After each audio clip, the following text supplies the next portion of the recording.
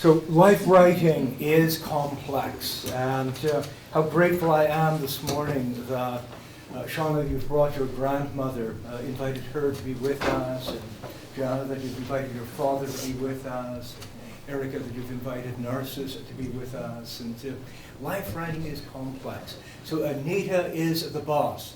She loves when I say that. And Anita put together a short grant some years ago that invited a number of us, Erica and me, as her collaborators or co-investigators, to look at creative nonfiction and life writing in some very interesting ways. And my particular focus in the research grant has been on films. And so I'm just going to say a couple of words, then turn things over to Claire for a presentation, and then I'll come back with a few more words. So I've been watching films myself enthusiastically for at least 50 years. I still remember vividly the excitement of Saturday matinees at the Majestic Theatre in Corner Brook, Newfoundland. And I continue to go to the cinema at least once a week on a weekly date with my son. He's now in his mid-30s, but he and I have been going to the movies every week since he was adolescent. Film is a way of narrating and understanding life experiences. I've spent a long life devoted to immersion in what Jean Baudrillard calls the gossamer thin difference between illusion and the real. The gossamer thin difference between illusion and the real. And at 61 years of age, I'm not sure I recognize the difference between illusion and the real. The lived experiences of teachers and learners are often represented in films. Nevertheless, even though there are more than 1,000, mostly Hollywood-produced, films about schools and teachers and learners, so note that number, there are more than 1,000 films. Films about teachers and learners, the making of those films go back to almost the very beginning of filmmaking in Hollywood. So more than 1,000 such films about schools and so on. And yet, education scholars have paid little attention to the narrative depictions of educators and youth in films. Informed then by life writing, arts-based research, cultural studies, and critical pedagogy, Claire and I, and previous to Claire, I was working with a doctoral student named Terry Mesner, who is now on faculty in the US at the University of Arcadia University. So we have been examining, in this case now Claire and I are examining how two films focused on narratives of school experiences contribute to representations of teachers and students. And we are going to discuss the films Dead Poets Society and Up the Down Staircase, with a focus on how the cinematic narratives of teachers and students' lives resonate with our own lived and living stories. And this is the focus of the work Claire and I have been doing and hope to continue doing for a while. We are looking at the films in order to see how these cinematic narratives resonate with our own lived and living stories. And so it's surprising that film study is not a more integral part of research in education. The great director David Lynch notes that cinema is a language. It can say things, big, abstract things. So what are some of the things that cinema can say? What are some of the things we can say about cinema? Thank you, Carl. So like Carl, I've always been drawn to the power of film. From the grandiose, entertaining action-packed films like X-Men, or the really rich, dramatic films like Memento, and even the clever animated films like Finding Nemo. But no matter at what age, I've always been drawn to films that have centered around the theme of education. Laughing through Kindergarten Cop with Arnold Schwarzenegger telling the little kids my headache isn't due to a tumor, or being inspired by Michelle Pfeiffer's portrayal of real-life teacher Luann Johnson in Dangerous Minds. I learned two things from these films. One, I will never teach little kids. Never. Two, sometimes using chocolate bars with your high school students as a bribe is a good thing. One of the most influential films for me, however, was Dead Poets Society, and it still has a great impact on my teaching beliefs today. However, some argue that these Hollywood teacher-type films tend to perpetuate certain stereotypes about teaching. Fari, for example, notes that teachers are often portrayed as superhuman and very heroic, and this can place really unrealistic burdens on practicing teachers, and especially new teachers, and can also contribute to society's cliche perception about teachers. Yet I think it's a considerable value to contemplate the impact of these types of films on practicing teachers. After Robin Williams' death in August of 2014, it was quite apparent the impact of Dead Poets Society on practicing teachers. I was but a young and eager 18-year-old watching Dead Poets Society in my grade 12 English class, and I was captivated by the influential teacher, John Keating. As I was ready to embark on my own journey into teacher education, I remember hoping that I would one day become a John Keating. Detmar, however, claims that this film is, quote, misleading and deeply seductive. And he was horrified that anyone would think that what happens in Mr. Keating's classroom had anything to do with literary study. And when we simply feel a poem and get carried away by the sound of words, rather than actually reading it, we're likely to get it wrong. But that's what I loved about John Keating. My captain. Yeah. That is what I loved about John Keating, his passion, his acknowledgement of his young students' opinions. He challenges other faculty, administration, and even his own students that young boys at the age of 17 can and should be thinking for themselves. Keating also, early in the film, asks his students to read the preface by Pritchard in the poetry anthology that deconstructs poetry in nearly nonsensical mathematical terms. The boys, of course, are following along, and some are furiously taking notes. And to their surprise, Keating tells them to stop, to rip out the dreadful pages. Newkirk notes this to be a significant scene, a warning, because teachers today are so driven by the standardized test that we tend to be pulled towards this, quote, prompt and rubric teaching that bypasses the act of composing and the human gesture of response. Well, I do not believe that teachers can ever get rid of the standardized tests. I do believe approaching lessons in manners similar to Keating would result in greater success. Keating states in the film, quote, when you read, don't just consider what the author thinks, but consider what you think. As well as, in my class, you will think for yourselves to savor the words and the language. These are two beliefs I held very firmly as a teacher, and I made the point of running student-driven discussions in my class. However, when I first started teaching, my students were not used to this methodology, and for the longest time, they would just sit and stare and wait for me to talk. At the beginning, I was discouraged, so I would just resort back to lecturing, but I soon grew very tired of this approach because I was more interested in what the students had to say. So I changed my methods, and I started my discussion with, what did you think? Of course, my students would spew out the standard responses of, I love the book, it was so great, or they would throw in the literary terms like the symbolic relevance, the thematic importance.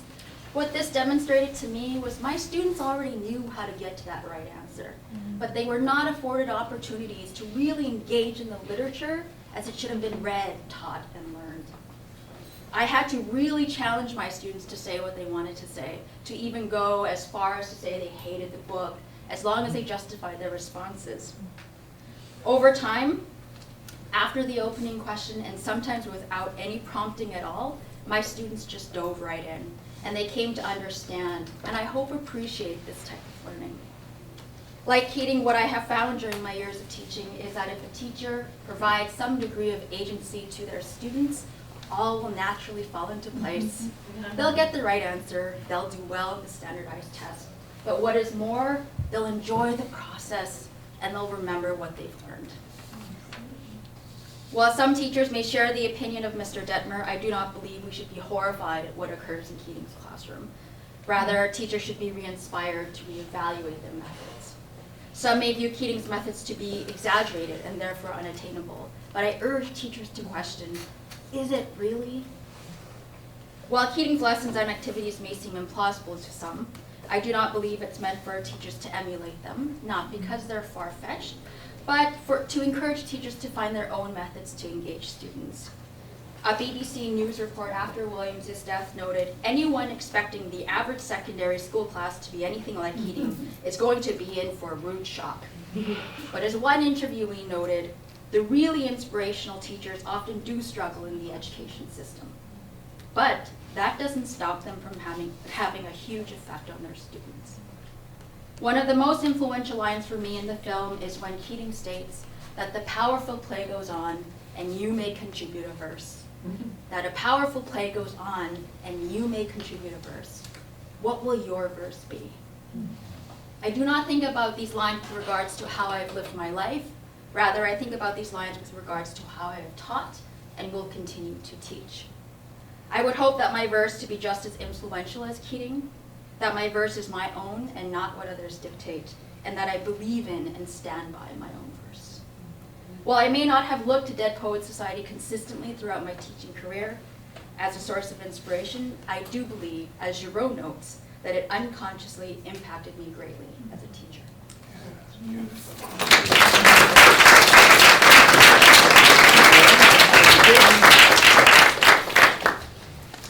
I saw Dead Poets Society in June 1989, the evening of the day when I defended my PhD at the University of Alberta.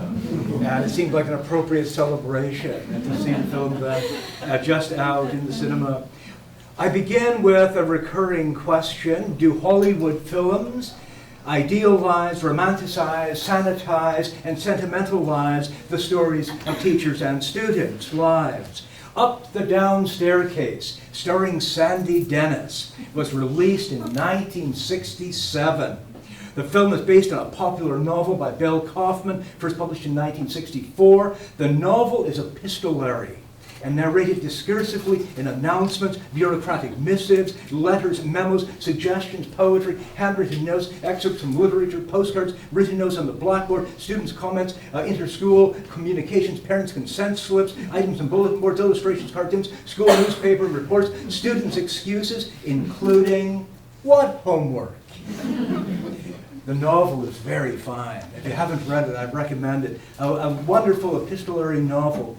It is indeed quite fascinating, and I look forward to further researching the way that novels about teachers are transformed into films about teachers. But for now, I'm going to focus on one familiar theme. And so in Up the Down Staircase, the film, I see one more exemplar of the heroic teacher. So just think about how many Hollywood films have been made presenting the heroic teacher. That teacher who is generous, devoted, patient, affectionate. So I have a confession to make. I love films about heroic teachers. I love films about heroic teachers, and I'll tell you this, another confession. I still cry when Lulu sings To Serve with Love. Exactly.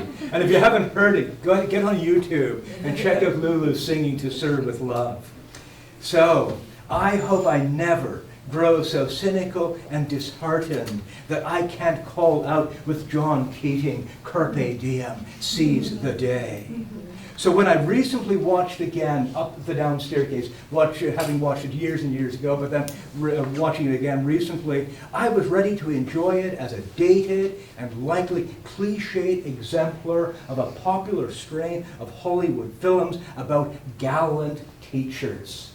What I was not expecting was the galvanic sense of identification I experienced with the characters and stories lived daily at Calvin Coolidge Secondary High.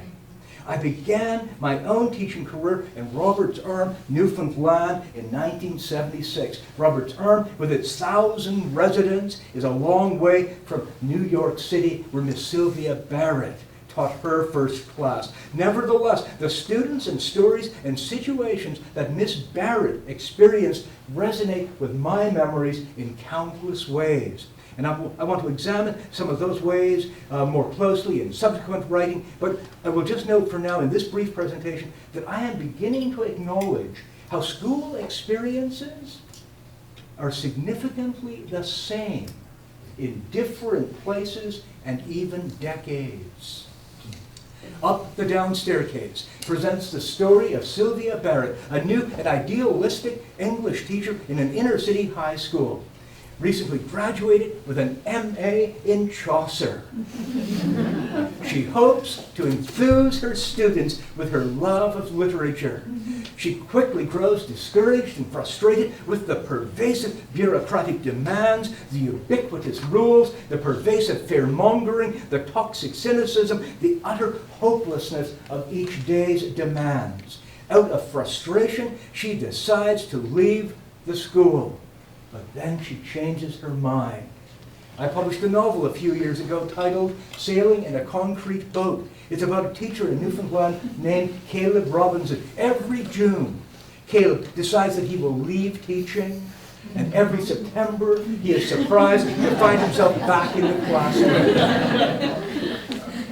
It's a familiar story, isn't it? So let me just share with you two snapshots from the film that resonate with my experience as a school teacher. First, Miss Sylvia Barrett's first words in the movie are, "How do we get in?" How do we get in? After walking from the bus stop to the school, she stands with students outside the doors. The doors have no handles. A student says, "We wait till somebody comes out." And somebody does, and she goes in. And then a second interesting snapshot from the film. Miss Barrett enters the school with a box labeled suggestions. The VP, Mr. McCabe, "Suggestions, Miss Barrett? Huh? I must say, you've got guts." Miss Barrett, "It's just an idea. It seems to me if the students have a chance to speak freely without constant fear of punishment, Mr. McCabe, you try running a school with ideas and you will have riots. Fear. That's all they understand."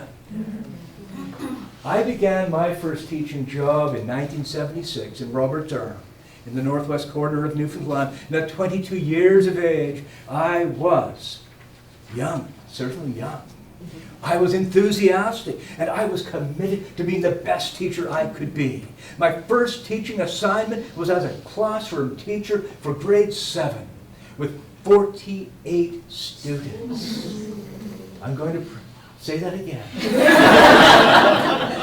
48 students. And though the school was located in a small town with 1,000 people only, the school also served as the high school for several elementary schools in several towns around the bay, and students were bused to the high school. Many of them were bused to grade 7. On the first day of school, when the 48 students squeezed into the grade 7 classroom located on the second floor of the building, separated by a stairwell and the lobby and a hallway from the rest of the high school, I was full of fear. Some of the young men were bigger than I was. Some of the young women had a brazen bravado that belied their 14 years. Designed for about 30 students, the room soon looked like a crowded subway train. I felt claustrophobic. The month of September was 4 weeks. 4 weeks of sore throats and red faces from shouting. A panic-stricken confrontation with chaos. Long nights of talking with my wife about the horror. The horror. The horror. Near the end of September, one of the boys brought me a big stick. He had carved it out of oak from an old bed frame with a handhold. He said, "I think you need this." I think you need this.